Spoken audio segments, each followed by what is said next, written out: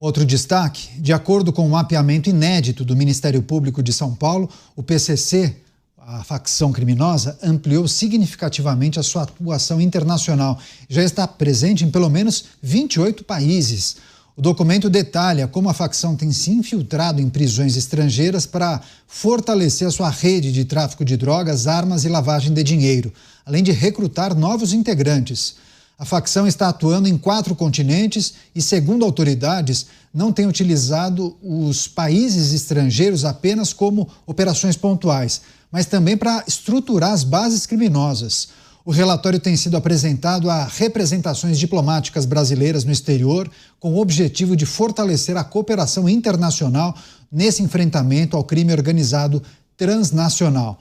Chamar o Luiz Felipe Dávila começar essa rodada. PCC, a facção que começou aqui em São Paulo, Dávila, segundo esse estudo, chegando a operar em 28 países de 4 continentes do mundo, Dávila. Uma surpresa para muita gente, mas aqui a gente tem trazido informações que indicavam que esse grupo estaria nesse caminho, né? Nossa, deveria virar case em escola de negócio, Caniato. Começou como uma startup em 93, 94, num presídio em São Paulo e se transformou numa multinacional que fatura bilhões e tem ramificação no mundo inteiro hoje. Isso mostra como o nosso Estado está corrompido, como o nosso Estado brasileiro vem dando as costas para o combate ao crime organizado, para o endurecimento de penas, para a legislação específica para punir e desmantelar essas gangues. Até agora não se fez nada para combater o crime organizado. O pouco que se faz é atos corajosos de homens corajosos que expõem a sua vida em risco o tempo inteiro, como é o caso aqui em São Paulo do Lincoln Gaquia na Procuradoria. São heróis, são verdadeiros heróis que fazem isso sozinho, porque não tem nenhum respaldo da legislação.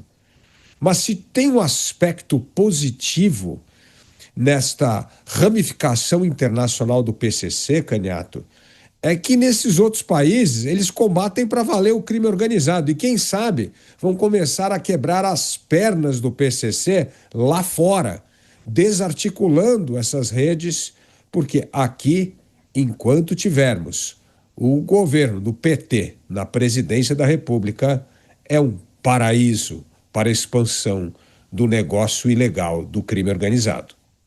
Você, Kriegner, podemos atribuir esse crescimento assustador do PCC, inclusive, operando em muitos países do globo, a quais fatores?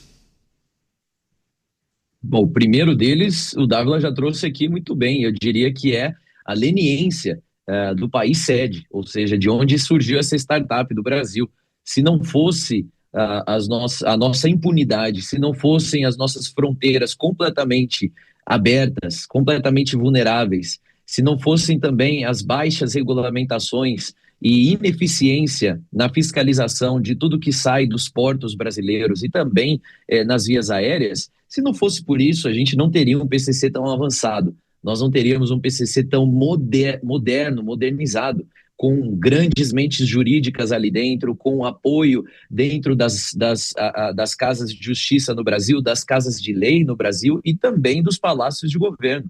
A gente não pode esquecer que entre todos os poderes, ali existem portas abertas para que o PCC possa operar, ou senão não teria esse poder todo que tem hoje. A gente não pode ignorar esse fator.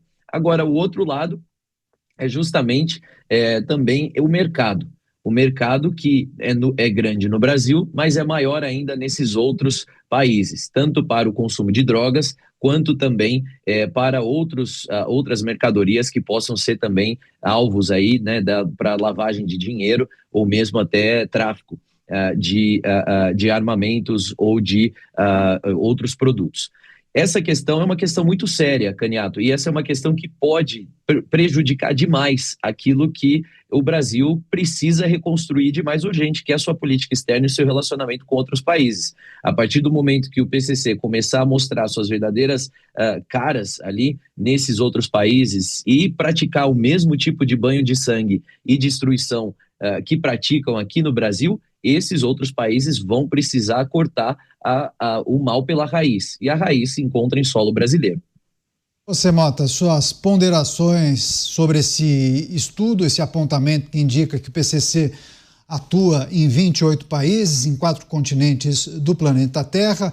Além desses aspectos destacados pelo Dávila e pelo Kriegner, também eu li apontamentos e muitas críticas à atuação deficitária do governo federal na proteção das nossas fronteiras, isso ao longo de muitos anos, o que permite a entrada, né, de muitos tipos de droga, por exemplo, a cocaína que nós não produzimos e também dos armamentos que acabam atendendo a demanda dessas organizações. Mota.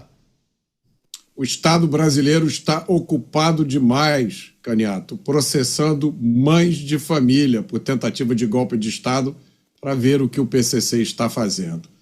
O Brasil precisa prestar atenção a tudo o que o promotor Lincoln Gaquia diz. O promotor é um verdadeiro herói nacional, um homem que abriu mão da sua vida privada, da sua liberdade, da sua segurança, em nome da missão de combater o crime. É inaceitável o ponto aonde chegou o poder das facções criminosas no Brasil. Há muito tempo elas já se tornaram um Estado paralelo. Se o Estado brasileiro quiser sobreviver, vai ter que eliminar as facções. E essa escolha não pode demorar muito. Mas, Dávila, essa eliminação passa necessariamente pelo quê? Eu me lembro que não faz tanto tempo você trouxe e deu o exemplo da lei antimáfia italiana e defende um modelo parecido, que o Brasil adote uma legislação similar, parecida.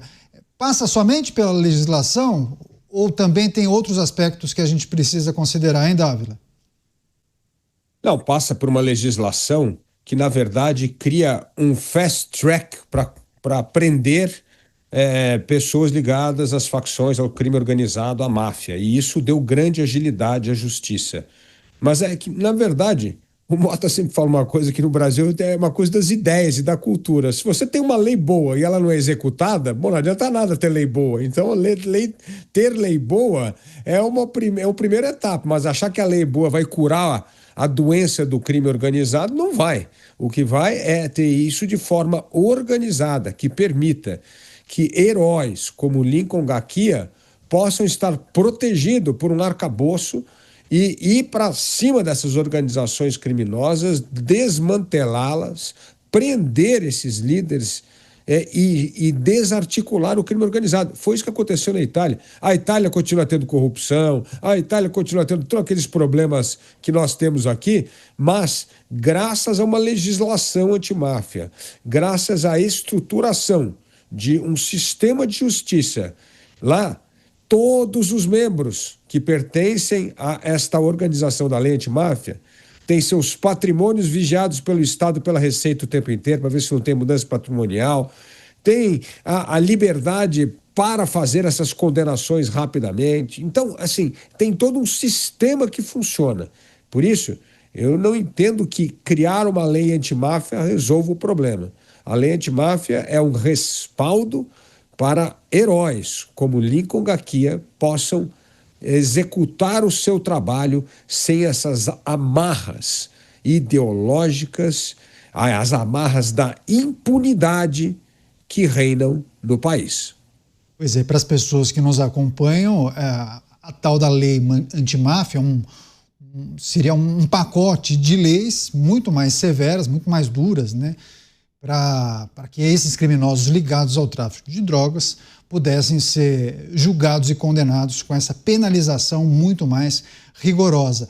E aí tem esse aspecto que o Dávila mencionou, porque ao longo de muitos anos eu escutei principalmente analistas de política falarem o seguinte, Kriegner, que no Brasil tem lei que pega e lei que não pega, né? Não basta você aprovar um baita de um arcabouço, todo mundo aplaudir, aquela cerimônia no Congresso Nacional, se os operadores do direito não se utilizarem desse dispositivo e não seguirem à risca, né? Porque não é incomum no Brasil nós observarmos pedaladas jurídicas, né? O Dávila já deu alguns exemplos, especialmente na mini-reforma trabalhista que foi aprovada na gestão de Michel Temer, que nem todos os magistrados que atuam nas cortes trabalhistas seguem à risca. Então, acaba virando quase uma maneira freestyle de você interpretar aquela legislação.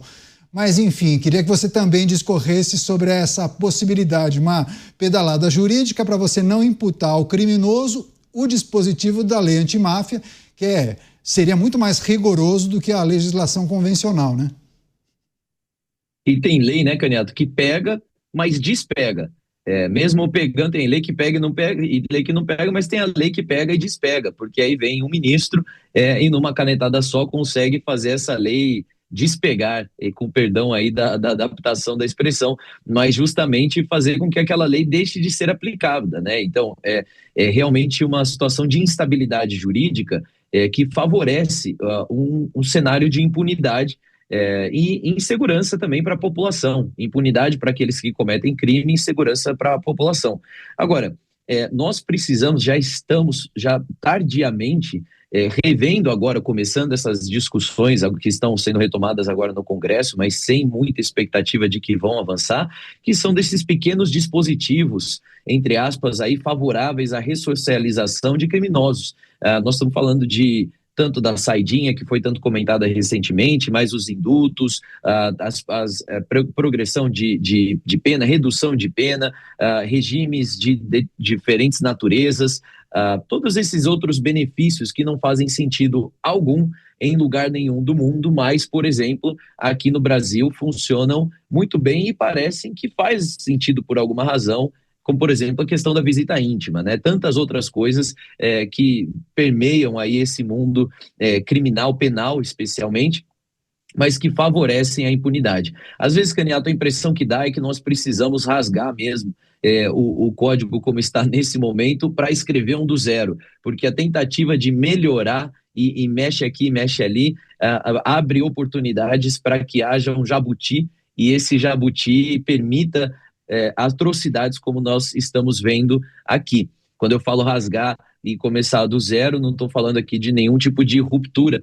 mas sim no sentido de sentar e ver a necessidade realmente de uma revisão completa da maneira como nós punimos e da maneira como nós prendemos também. Não só a sentença, mas a maneira como esses criminosos devem ficar presos. A gente precisa lembrar aqui de um princípio jurídico muito claro e elementar, que é o que assusta o criminoso não é a quantidade necessariamente de anos que ele vai ficar preso depois de ter cometido esse crime. Ou seja, não é a duração da pena, mas é a certeza da pena. Claro que a duração da pena influencia também, mas é a certeza de pena que faz com que o criminoso pense uma ou duas vezes antes de tomar uma decisão aí de cometer esse crime. Essa é a maior urgência que a gente tem nesse sentido para tentar enfraquecer essas organizações que encontram no Brasil um mercado tão bom, mas tão bom para poderem crescer suas operações em cenário nacional